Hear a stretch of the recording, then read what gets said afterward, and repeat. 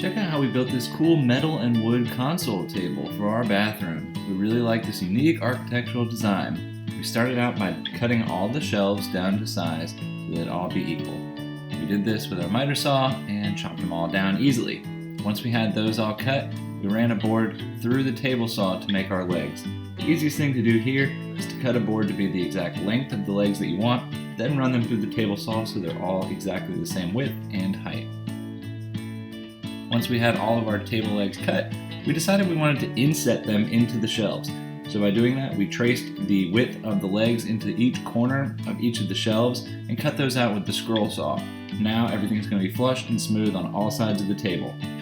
Once we did that, we drilled pocket holes into the small ends of each of the shelves. Now it's time for assembly. We put the legs into the little grooves that we had just cut out and screwed them together with pocket hole screws and this wood glue that is conveniently blocking the video that I'm trying to show you. Whoops, sometimes you gotta think about camera placement. We simply screwed them in with our pocket holes jig and put them in with the wood glue so they would be super sturdy. Once we had all of the legs and all of the shelves into place, we got ready to start sanding it. We chose a whitewash stain for this project because we didn't want it to blend in with the beige walls that are still up in this house, but we also wanted it to pop off of the wood floors that we have.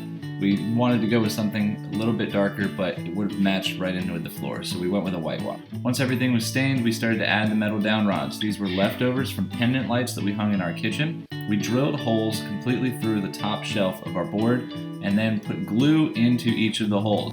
We put the glue around the edge of the hole on the board and around the edge of the down rod. Then we used painter's tape to make sure they kind of stayed in place. Then we put glue into the holes on the top shelf that we had drilled. These we only drilled halfway through the board so that the down rod would actually sit inside of it.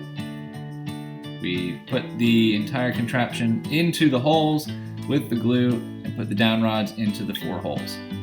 One little tip we had, as I mentioned, was painter's tape. Since gravity works against you a little bit in this place, the top board can slide down the down rods a little bit when they're covered in glue. So we put a little bit of painter's tape around the underside of each of the shelves where the down rods were so that they would not slide down.